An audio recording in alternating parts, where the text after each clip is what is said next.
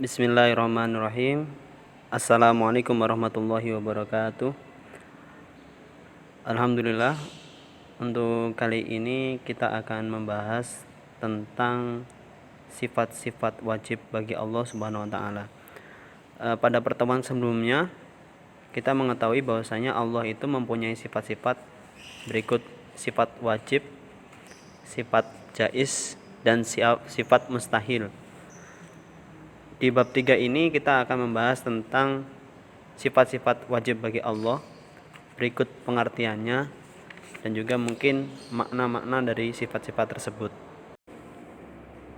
Seperti yang kita ketahui bahwasanya Allah itu mempunyai sifat wajib, dan kali ini kita akan membahas secara terperinci tentang makna-makna sifat tersebut, dan juga di bab ini juga kita akan membahas tentang ciri-ciri orang yang beriman kepada sifat wajib bagi Allah. Baik ikhwani, untuk yang pertama kita akan membahas sifat wajib bagi Allah, yaitu sifat wujud. Wujud di sini mempunyai arti ada. Ada di sini adalah bukan berarti diadakan atau diciptakan. Jadi sifat Allah ada ini ada dengan sendirinya atau atas kehendaknya. Maka Allah itu mempunyai wajibul wujud, atau kita wajib juga meyakini sebagai keadaan Allah. Pada dasarnya setiap manusia itu harus mempunyai religious instinct atau insting keagamaan. Kenapa? Segala yang tercipta di dunia ini atau segala alam semesta ini, baik kita sendiri yang telah diciptakannya, kita akan berpikir siapakah yang menciptakan kita? Siapakah yang menciptakan alam yang sangat luar biasa ini? Maka kita butuh keadaan Tuhan. Maka ada yang menciptakannya, yaitu Allah. Bagaimana Allah itu? Kita harus paham, zat Allah adalah sesuatu yang gaib. Gaib di sini bukan berarti tidak ada. Jadi gaib ini karena akal kita terbatas untuk memikirkannya. Dalam hadis disebutkan tafakkaru fil khalqi wala tafakkaru fil khaliq. Tafakkaru fil khalqi wala tafakkaru fillahi fa innakum lan taqdiru qadrahu. Atau juga hadisnya seperti itu. Jadi pikirkanlah tentang ciptaan Allah dan janganlah kamu memikirkan zat Allah. Pada dasarnya kita tidak akan mampu untuk memikirkan zat Allah. Tapi apa yang harus kita lakukan? Cukup memikirkan apa yang telah diciptakan Allah. Jadi Allah itu telah menciptakan dunia dengan segala isinya, manusia, hewan dan lain sebagainya, gunung, lautan yang sangat luas. Tidak mungkin tercipta dengan sendirinya. Kita punya makanan, pasti ada yang memasak. Kita punya baju, pasti ada yang menjahit. Kita punya buku, pasti ada yang menulis. Begitu juga alam yang di sini. Kita melihat di sini berarti ada yang menciptakan. Maka kita butuh keadaan Allah atau Tuhan sebagai penciptanya. Ketika kita meyakini bahwasanya Allah itu ada, maka kita harus mengetahui bukti-bukti adanya Allah Subhanahu wa taala. Bukti yang pertama adalah hakikat manusia sebagai makhluk yang bertuhan. Pada dasarnya manusia membutuhkan zat yang maha kuasa sebagai tempat ia berlindung. Sebagai contoh, ketika manusia ditempa sebuah musibah, dalam nalurinya akan mencari siapa yang bisa menolongnya. Dan sesungguhnya Allah lah penolong sesungguhnya. Bahkan cerita zaman dahulu, Fir'aun, raja yang sombong, raja yang mengaku dirinya Tuhan, ketika hampir mati tenggelam di Laut Merah, ia pun mengakui adanya Allah. Maka dari itu kita wajib meyakini adanya Allah sebagai hakikat seorang manusia. Bukti selanjutnya adalah kejadian alam semesta. Seperti yang kita ketahui, kita melihat alam semesta ini dengan segala isinya menjadikan bukti bahwasanya Allah itu ada. Dalam firman-Nya disebutkan, Allahul ladzi khalaqas samawati wal ard wa anzala minas samaa'i ma'an fa akhraja bihi minats thamarati rizqan lakum. Allah lah yang telah menciptakan langit dan bumi dan menurunkan air hujan dari langit. Kemudian dengan air hujan itu dia mengeluarkan berbagai buah-buahan sebagai rezeki untuk. Bukti selanjutnya adalah adanya Nabi dan Rasul. Nabi dan Rasul diutus oleh Allah di muka bumi ini untuk mengawal umat-umatnya menuju ke jalannya.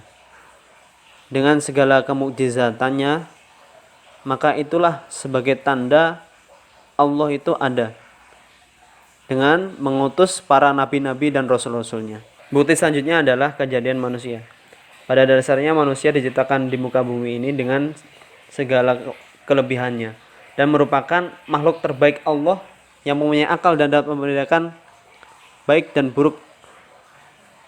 Seperti halnya kelebihan yang lainnya, Allah menciptakan makhluk manusia mempunyai perbedaan antara satu dan lainnya.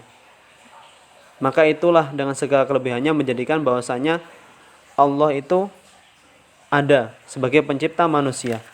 Nah, selanjutnya ikhwani, bukti selanjutnya adalah kitab suci Al-Qur'an. Dalam sebuah firman disebutkan, wa in kuntum fi raibim mimma nazzalna ala 'abdina fa'tu bi suratin min mithlih wad'u syuhada'akum min dunillahi in kuntum shadiqin. Dan jika kamu meragukan Al-Qur'an yang kami turunkan kepada hamba kami, maka buatlah satu surah semisal dengannya dan ajaklah penolong-penolongmu selain Allah jika kamu orang-orang yang benar.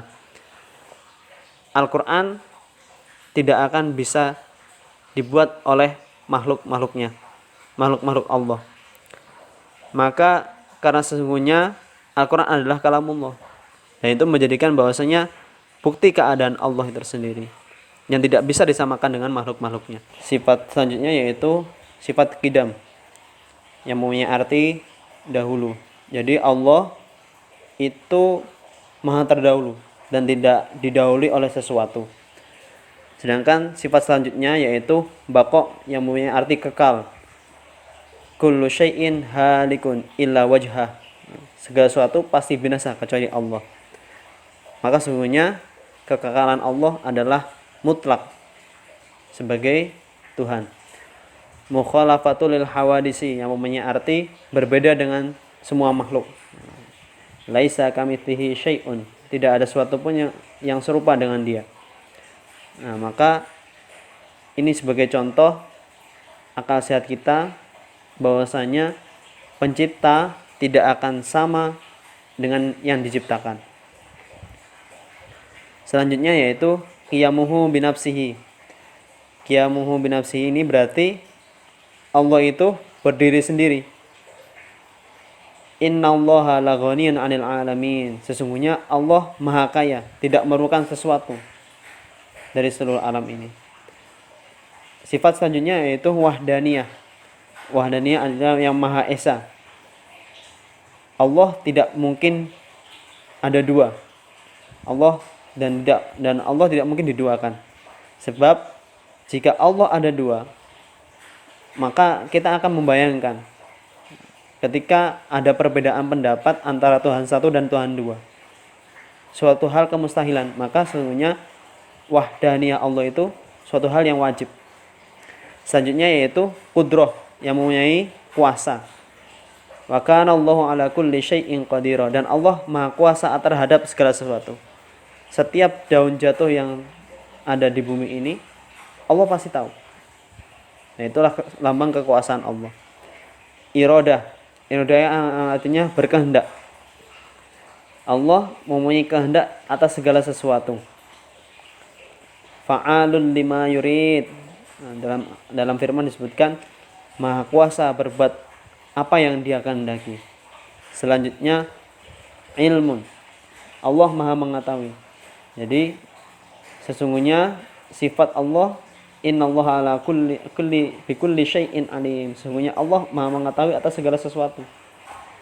Nah, jika kita ini kemampuan kita terbatas, sesungguhnya Allah lah yang tahu segalanya. Haya ini hidup. Maka arti hidup ini adalah tidak sama dengan hidup manusia atau binatang. Manusia hidup memerlukan jantung, memerlukan darah, dan Allah hidup sebagaimana Dia tanpa didahului oleh tidak ada suatu hal apapun yang tergantungi kepada dirinya. Selanjutnya sama yang mengartikan mendengar. Allah mendengar segala sesuatu. Basor, melihat. Innahu was-sami'ul alim, sungguhnya Allah Maha mendengar dan Maha melihat. Selanjutnya kalam, Allah berkata-kata dan berfirman. Seperti bukti yang pertama, ya Allah itu mempunyai kalam atau berkata, dalam bentuknya adalah Al-Qur'an itu tadi. Qadiron, Maha kuasa.